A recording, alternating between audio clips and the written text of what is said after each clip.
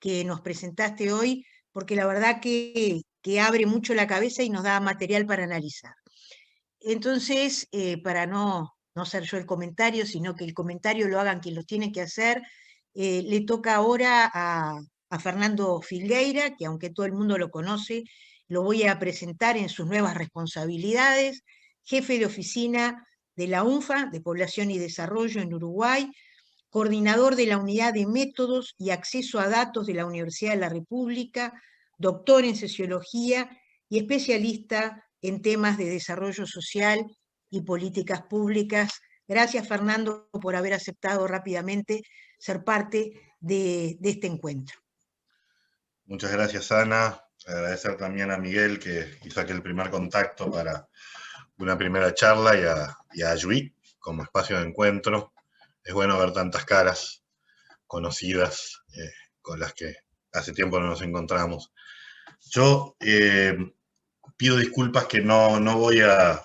Tengo algunos documentos allí que podríamos visualizar luego, pero si bien yo en general acribillo con datos, en este caso los voy a mencionar, no voy a poner una presentación, pero sí voy a hacerles llegar los documentos que en el marco del Observatorio Socioeconómico y Comportamental que mencionaba Alejandra hemos ido produciendo. Hay un primer documento que se entregó en diciembre, se elevó al GACH y se compartió luego con la RICEP, que es la Red de Investigación Socioeconómica de la Pandemia, y que bueno, forma parte de la producción del observatorio. Y hay un segundo documento que se produjo en enero, que se revisó y se publicó finalmente en febrero. Están disponibles, yo se los voy a enviar igual. Y hay un tercer documento que está en proceso de elaboración. En ellos, básicamente, nos permite hacer un raconto, que es como voy a yo dividir la presentación. La voy a dividir en tres partes. La primera es la etapa que podríamos denominar exitosa de contención de la epidemia, que se extiende desde los primeros casos hasta aproximadamente octubre-noviembre. La segunda es un conjunto de errores, y alguien podría decir horrores, que se van sucediendo desde noviembre en adelante y que generan la situación actual en la que nos encontramos. En verdad, es desde noviembre que venimos acumulando un conjunto de decisiones que nos llevan a la situación actual. Y la tercera es de acá para adelante, pararnos de acá para adelante y ver un poco cómo podemos enfrentar la situación actual en el contexto que muy bien mostraba Alejandra, un contexto crítico, un contexto también en donde se está desarrollando la vacunación a buen ritmo, pero con algunas características que luego Carlos Batiani, me imagino, va a presentar en torno a la efectividad, eficacia y lo que podemos esperar de las vacunas.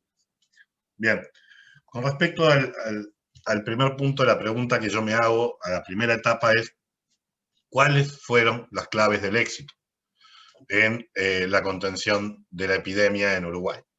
En primer lugar, hay que ponernos de acuerdo si ello es así, y la evidencia muestra que Uruguay es un caso desviado en lo que tiene que ver con los casos, con las hospitalizaciones y con las muertes en un sentido positivo entre el inicio de la epidemia y octubre-noviembre aproximadamente. ¿Cuáles son las claves de ese comportamiento? La primera que quiero señalar tiene que ver con lo que denominamos stock de resiliencia que tenía el país. El país tenía un stock de resiliencia en tres dimensiones. Es decir, cuando uno enfrenta un shock agudo de esta naturaleza, uno requiere tener capacidades adaptativas y de resiliencia. Ese stock de resiliencia se ubica en tres dimensiones fundamentalmente. La primera, en la propia matriz social, en las familias y en la estructura social uruguaya. ¿Cuál es la evidencia de ese stock de resiliencia que nos permite entender el comportamiento desviado también que tendremos luego? Bueno, son los indicadores sociales fundamentalmente. Es decir, Uruguay presenta los más bajos niveles de pobreza en América Latina. De hecho, el país que le sigue a Uruguay en niveles bajos de pobreza es Chile, y cuando miramos los datos comparados de la CEPAL, Chile duplica los niveles de pobreza de Uruguay.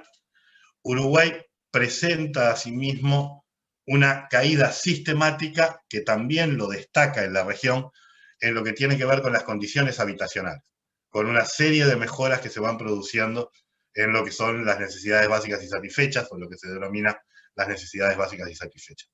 Uruguay presenta a su vez en los sectores vulnerables a la pobreza, no pobres, pero vulnerables a la pobreza, una distancia relativamente importante en el promedio respecto a la línea de pobreza. Esto quiere decir que de alguna manera había un margen para el ajuste, por ejemplo, de consumo, etcétera, en estos sectores.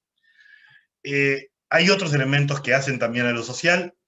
Uno que voy a mencionar clave es el nivel de formalización de la fuerza de trabajo, en particular de los trabajadoras y trabajadores empleados. Ningún país de América Latina, solo 4 países de América Latina tienen en verdad un seguro de desempleo. 5 tienen seguro de desempleo en toda América Latina. Pero solo un país de América Latina, y ese es Uruguay, tiene un seguro de desempleo que aproximadamente cubría el 70% de la población que estaba desempeñando tareas remuneradas. ¿Sí? Esto constituye un estabilizador automático de una potencia que no tuvo ningún otro país. No solo es un estabilizador automático, es un estabilizador automático perfectamente focalizado, porque se orienta allí a donde efectivamente las personas pierden ingresos. Desde otro punto de vista, contábamos con un stock de políticas públicas, que incluye obviamente lo del seguro de desempleo, seguro de enfermedad también, ¿verdad? Pero que le suma a eso una matriz de protección que se ampliaba hacia los sectores informales o hacia sectores con predominio de trabajadoras y trabajadores informales, que tienen que ver con las asignaciones familiares, que tiene que ver con la tarjeta, la TUS, que tiene que ver con otros dispositivos, y un sistema de salud integrado con una capacidad muy importante de desplegarse en un contexto de shock agudo sanitario, como el que se podía eventualmente producir, que de hecho no se produce entre marzo y octubre. Hay un tercer stock de resiliencia, y es un stock de confianza institucional. Es un stock de confianza en el sistema político, en la democracia, en los partidos, que también nos destaca y nos separa de la región, y también un stock de confianza institucional que nos diferencia de otros países en la ciencia, en el conocimiento científico, en las tradiciones seculares, que contribuye también a esto. Y en tercer lugar, ese es el stock de resiliencia de confianza institucional. Por lo tanto, tenemos un stock de resiliencia social directamente, tenemos un stock de resiliencia que surge de nuestra armazón de políticas públicas y programas, y tenemos un stock de resiliencia que está localizado en el espacio de la confianza institucional. El segundo elemento que explica algunas de las claves del éxito es lo que Alejandra mencionaba como percepción de riesgo, en donde, como bien señala Alejandra, no tenemos mediciones en ese momento con respecto a percepción de riesgo, por lo cual lo que yo voy a plantear acá es especulativo, ¿sí?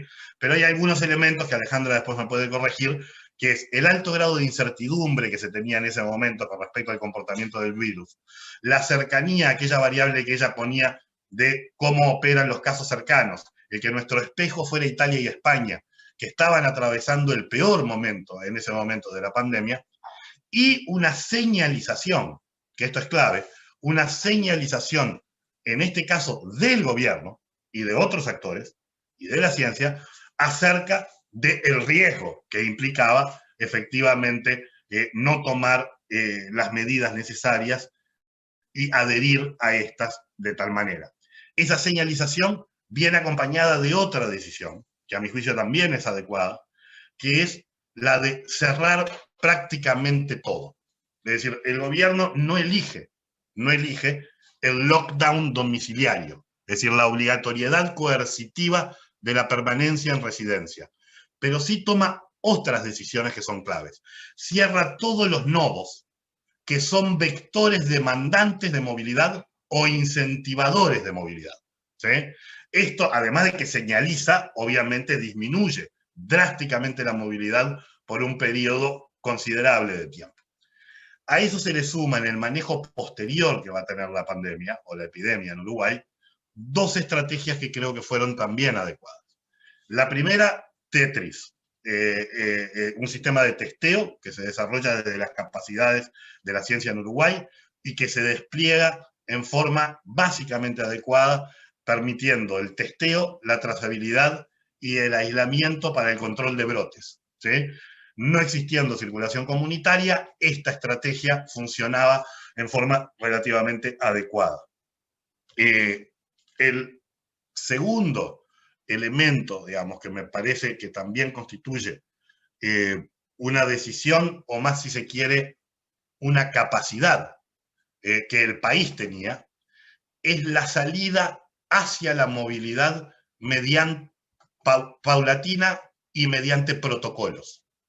Allí está la ventaja de que contamos con un sistema de corporaciones y de relaciones entre capital y trabajo, etcétera, maduro, que construyó madurez durante mucho tiempo y que permitió negociar y definir los elementos protocolizados que se respetaron, a veces en mayor medida, a veces en menor medida, pero que formaron parte, en el fondo, de este combo que a mi juicio es el que permitió a Uruguay ser un caso absolutamente desviado. Dado los niveles de movilidad que nosotros teníamos entre ya junio, julio y especialmente agosto y septiembre, la pregunta, y acá paso a la segunda etapa, la pregunta de si íbamos a perder los hilos epidemiológicos y íbamos a pasar a circulación comunitaria, no era una pregunta adecuada. La pregunta era ¿cuándo? Sabíamos que nos iba a suceder. Sumémosle a esto otra decisión, a mi juicio, inadecuada que se toma en el manejo de la etapa exitosa, que es un cierre muy modesto de fronteras y bastante incapaz de limitar la entrada de la zona caliente de Brasil hacia Uruguay. Es decir, que en un sistema termodinámico, en donde las partículas se empiezan a mover y en donde además ingresan partículas calientes por la frontera con los niveles de movilidad que nosotros teníamos, era un problema de cuándo, no era un problema de sí. Y esto empieza a suceder entre octubre y noviembre. Entre octubre y noviembre empezamos a perder la traza epidemiológica, empezamos a tener muchos más brotes que los que teníamos y empezamos de hecho a tener circulación comunitaria.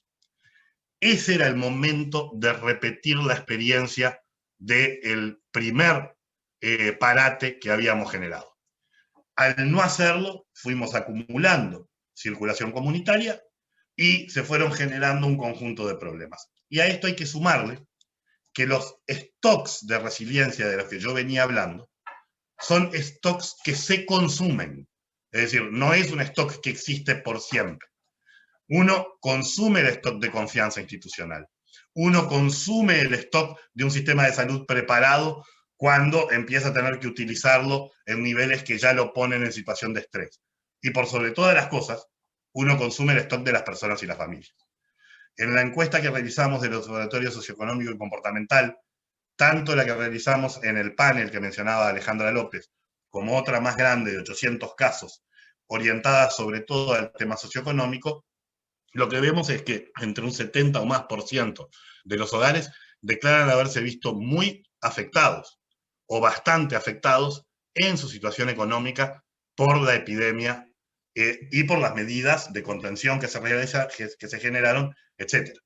De ese 70%, un porcentaje extremadamente alto declara que o bien tuvo que vender pertenencias, tuvo que apelar a capital social, a vecinos, amigos u otros parientes para que lo apoyaran, tuvo que consumir ahorro definitivamente y tuvo que ajustar consumo. Prácticamente la gran mayoría de quienes tuvieron que enfrentar esta situación debieron realizar algo así. Y aquí hay una distinción de la etapa exitosa nuevamente que hay que identificar. Y es que la respuesta social al proceso de cierre inicial, a los protocolos y a la gradualidad de la apertura, y al manejo del Tetris que implicaba cuarentenas puntuales en diferentes brotes que se iban generando, más las disrupciones normales que persistían por ciertas limitaciones de movilidad, fueron atendidas con una apuesta fiscal extremadamente conservadora. Esa apuesta fiscal conservadora igual funcionó razonablemente bien en los sectores formalizados. En los sectores formalizados, con la extensión además de los seguros de desempleo más flexibles, etcétera, con el seguro de enfermedad y con el seguro de desempleo y su extensión, funcionaron como una red de contención adecuada. No así en lo que tiene que ver con los sectores más vulnerables, ¿sí? cuando hacemos el gasto per cápita aproximado de lo que es el esfuerzo de contención en los sectores formales versus el esfuerzo de contención a través de la duplicación de asignaciones familiares, que no era duplicación exactamente, después podemos verlo, duplicación de TUS, etcétera, vemos que la diferencia es prácticamente de 8-1, ¿sí? ¿En dónde? En los sectores que en verdad tenían menos stock, para empezar. Esos eran los sectores que tenían menos stock.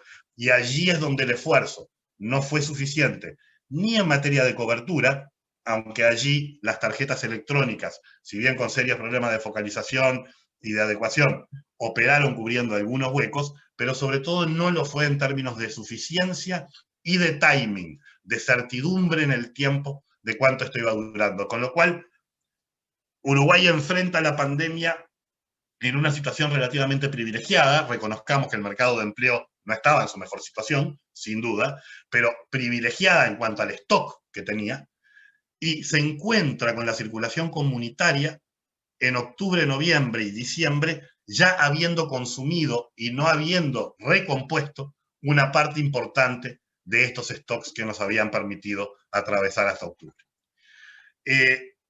Luego ocurren los procesos de diciembre, enero y febrero. Y allí los errores que se cometen tienen que ver con no entender un elemento muy simple. Que en mi reflexión tiene que ver también con cuándo dimos el paso a la incorporación de las ciencias sociales en el debate. Elementos de la percepción de riesgo que señalaba Alejandra, es decir, no entender, no capturar adecuadamente cómo opera y cómo se puede operar comunicacionalmente, y dadas las condiciones materiales de las personas para que exista una percepción de riesgo adecuada, y que por otro lado, esa percepción de riesgo adecuada se traduzca en adherencia y en comportamientos que eviten dicho riesgo, pero además porque no miramos en serio, hasta ese punto nos sabíamos diferentes y no nos deteníamos en algunos elementos comparados que eran regularidades empíricas duras. Ningún país, luego de tener circulación comunitaria, logró frenar el proceso exponencial de crecimiento de casos y de muertes sin una reducción drástica de la movilidad. Ese era un dato duro comparado. Cuando uno agarraba los países del mundo y hacía los análisis estadísticos, uno concluía eso. Segundo, ningún país había logrado reducir en forma drástica la movilidad sin medidas vinculantes del Estado. ¿Sí? Estas medidas vinculantes podían ser de diferente tipo, pero tenían que ser medidas vinculantes que cerraran los vectores, los nodos que demandan e incentivan movilidad. Y lo tercero que sabíamos es que la pauta epidémica, por un lado, y por el otro lado, las respuestas del Estado con respecto a los sectores vulnerables era absolutamente clave. Los sectores más vulnerables tienen una pauta epidémica en donde su capacidad de adherencia es menor, transporte público, por ejemplo, de evitar estar a 1 metro de una persona o a 2 metros de una persona, y que por lo tanto su capacidad de evitar el contagio intrafamiliar también es menor por condiciones de habitabilidad, y que por lo tanto se requiere de un apoyo fuerte del aparato estatal para que se pueda producir esa reducción de la movilidad. Por lo tanto, medidas vinculantes para disminuir la movilidad, que si se quiere evitar el lockdown coercitivo en la residencia, lo que se tiene es que cerrar muchos de los nodos que generan movilidad, y por el otro lado, condiciones materiales que no las va a proporcionar el mercado, porque es el mercado el que está limitado en este contexto, entonces las tiene que proporcionar el Estado para poder lograr mayor adherencia a esas restricciones de movilidad. Y esas restricciones, las recomendaciones que surgían del GACH en su momento, y en febrero se publican de esta manera, indicaban que las escuelas debían ser lo último en cerrar y lo primero en abrir, al igual que los sistemas de cuidado, al igual que obviamente la salud. La salud no respecto a COVID, sino la salud respecto a otras cosas. ¿Por qué el GACH afirmaba esto? Porque en realidad es muy difícil compensar ciertas disrupciones, el daño que generan ciertas disrupciones. Yo puedo compensar monetariamente el daño que genera la disrupción de tener que cerrar un shopping center, un free shop, o un bar o un restaurante. Eso yo lo puedo hacer. Tiene un costo fiscal, sin duda, pero yo puedo compensarlo. Yo no puedo compensar la pérdida de un año de presencialidad en un niño de 5 o 6 años que no tiene interacción con sus pares en forma física. Es muy difícil de compensar en el futuro eso, es imposible, pero son daños que se producen que son muy difíciles de revertir. Yo no puedo compensar si no identifiqué a tiempo un cáncer de cuello de útero. ¿Sí? Ese tipo de problemas, nadie se le ocurriría cerrar a la policía, ¿verdad? Porque el tipo de daño que se genera tampoco es compensable. Bienes públicos y bienes de mérito del Estado son los que deben permanecer abiertos. Para que puedan permanecer abiertos hay que cerrar lo otro, porque es la única forma de disminuir circulación comunitaria y generar las estrategias fiscales que lo apoyen. Y aquí aparece el problema, para ir al tercer punto e ir cerrando, Ana. Eso te iba a hacer, no quería interrumpirte porque no respirabas para que te... Ahí está, anda cerrando. Y acá vamos al tema de la situación fiscal. Uruguay, efectivamente, lo sabíamos todos quienes participamos en los diferentes gobiernos, enfrentaba un desafío en el último periodo de gobierno de controlar el comportamiento que estaba teniendo el déficit y el comportamiento que estaba teniendo la deuda. Esto refiere a problemas estructurales del país, que tienen que ver con el tema de la seguridad social, tienen que ver con el tema de las empresas públicas, tienen que ver con los temas de productividad, tienen que ver con la famosa llamada enfermedad holandesa, características a las que el Uruguay no escapa, que cuando fuimos fuerza de gobierno intentamos solucionarlo, que en el último periodo efectivamente pudimos solucionarlo parcialmente. Las calificadoras de deuda que importan, obviamente no importan como la vida, pero que importan, es esto lo que miran, es este comportamiento estructural. No la expansión del gasto para hacer frente a un shock agudo de la naturaleza que estábamos viviendo. Cuando miramos la evidencia hoy, al final del 2020, Uruguay hoy presenta un déficit fiscal primario, pero también total, que lo coloca de mitad de tabla bien para abajo en América Latina. ¿Por qué? Porque tuvimos una estrategia fiscal conservadora en un contexto de shock agudo en donde los otros países abrieron la billetera. Y abrieron la billetera y Chile hoy está en 8 puntos, Brasil está en 12, Argentina ni que hablar, Perú y Ecuador están en 9 y 10%, nosotros estamos entre 5 y 6. Es decir que para expandir nuestra capacidad hoy de enfrentar el shock, existen recursos y espalda cuando lo miramos en términos comparados. Y eso nos para frente al futuro. Y con esto voy cerrando. Enfrentamos en este momento la necesidad, aunque parece haber oídos sordos, la necesidad de cerrar. Carlos posiblemente les va a poder contar mejor el riesgo que cometemos cuando con estos niveles de contagio y estos niveles de movilidad ponemos a pelear las cepas contra las vacunas. Pero precisamos, por lo tanto, ir a un cierre relativamente importante de actividades, y para ello precisamos, por un tiempo acotado, un acuerdo que nos permita desplegar un conjunto de dispositivos fiscales que sostengan la actividad, por un lado, de micro, pequeña y mediana empresa, y por el otro, la situación de los sectores más vulnerables y de los sectores formales que se van a ver afectados por esto. Pero lo que creo es que precisamos, en verdad, difícil en este contexto de economía política, un pacto fiscal más largo. Esto, primero, tenemos mucha incertidumbre. Las cicatrices que está dejando no solo los 100.000 pobres, sino las cicatrices por el costo educativo que ha generado, por el costo en ausencia de diagnósticos que hemos tenido, por la postergación de cirugías que hemos tenido. Es decir, las cicatrices en la matriz social no se terminan, aun si llegáramos a la inmunidad de rebaño en octubre, cosa que es muy poco probable.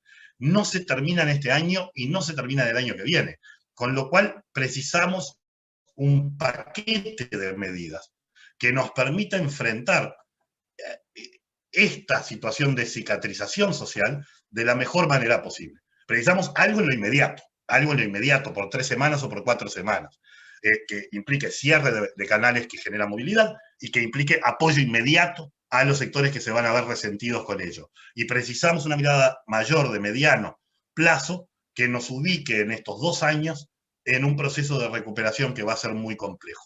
No me detengo y dejo de lado una serie de problemas adicionales que vamos a tener que enfrentar con respecto a la recomposición de aspectos de confianza institucional y de confianza en las instituciones que eventualmente este último periodo está erosionando de manera muy aguda.